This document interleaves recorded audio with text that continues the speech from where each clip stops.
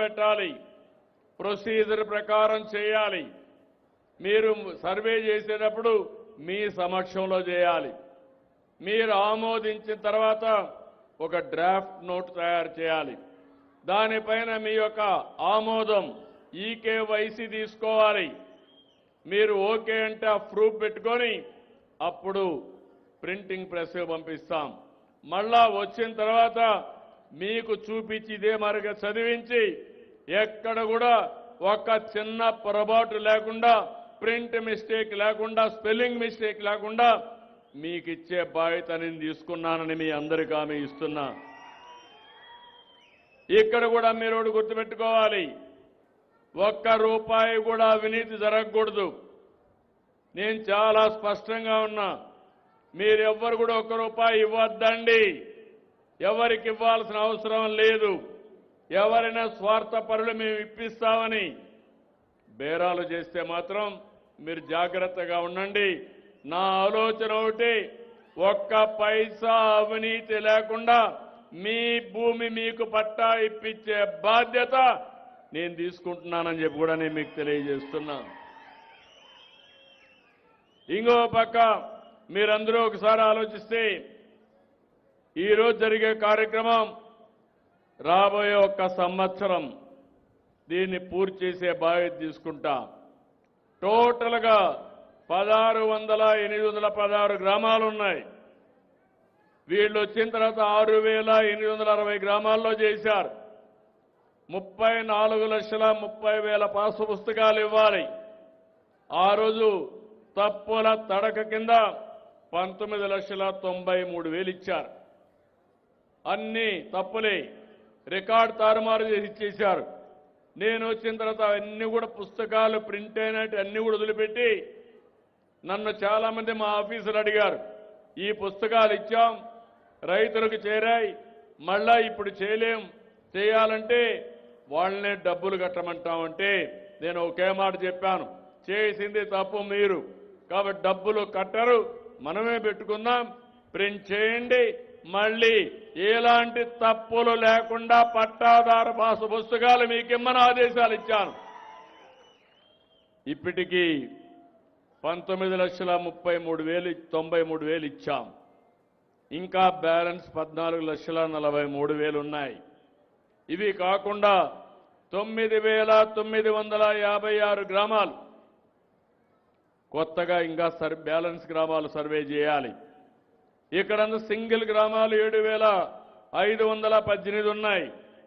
ఇక్కడ 47,92,000 పట్టాదారు పాస్ పుస్తకాలు ఇవ్వాలి. నాన్ సింగిల్ విలేజ్లు 2,438 ఉన్నాయి. 15,02,000 ఇవ్వాలి. 9,956 గ్రామాల్లో 62,92,000 పట్టాదారు పాస్ పుస్తకాలు ఇస్తాం. మొత్తం కలిసి రాష్ట్రమంతా ఎన్నున్నాయని మీరు చూస్తే 16,816 గ్రామాల్లో 97,028 లక్షల పాస పుస్తకాలు ఇవ్వాలి. ఈ కార్యక్రమంలో మీకు ఒకటే హామీ ఇస్తున్నా, ఇప్పుడే మీ గ్రామంలో విషయం చెప్పాను, ఏమేం సమస్యలు ఉన్నాయో కూడా మీకు ఎక్స్ప్లెయిన్ చేశాం. అన్ని సమస్యలు పరిష్కారం చేసి మ్యాక్సిమం మా వాళ్ళు ఫిబ్రవరి అంటున్నారు, మార్చి అంటున్నారు, కానీ నేనైతే డిసెంబరే పెట్టుకున్నా.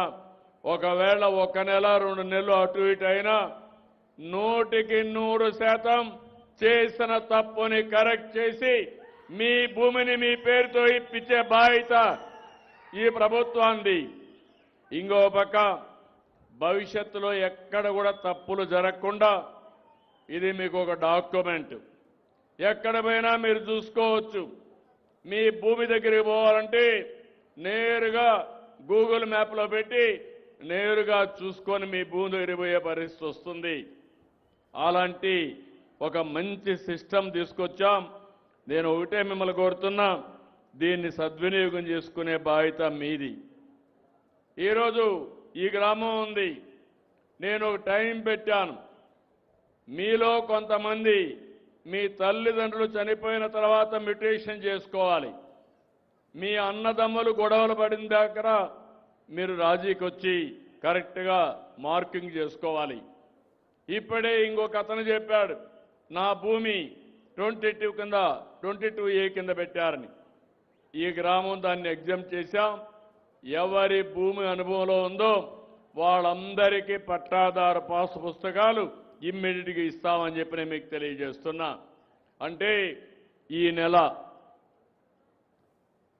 రాబోయే నెల 9వ తారీఖు లోపల ఇక్కడ ఎంఆర్ఓ ఉన్నారు, కలెక్టర్ గారు ఉన్నారు, అందరికీ ఇది చెప్తున్నా, మీరు ఇవన్నీ పూర్తి చేసి వీళ్ళందరికీ ఇచ్చే బాధ్యత మీరు తీసుకోవాల్సిన అవసరం ఉంది.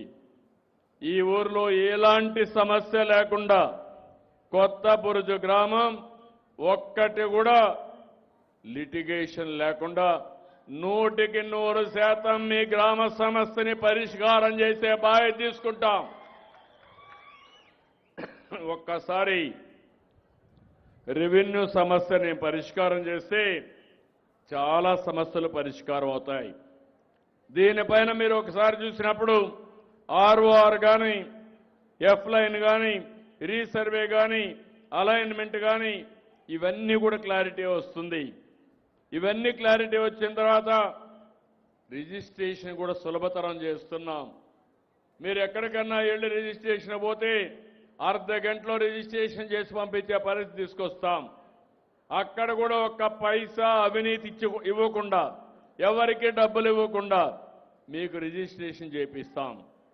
నేను ఒకటే ఆలోచిస్తున్నాను, ఈ ప్రభుత్వం సుపరిపాలన మీకు అందించాలని మొన్న ఎన్నికల్లో నేను చూశాను.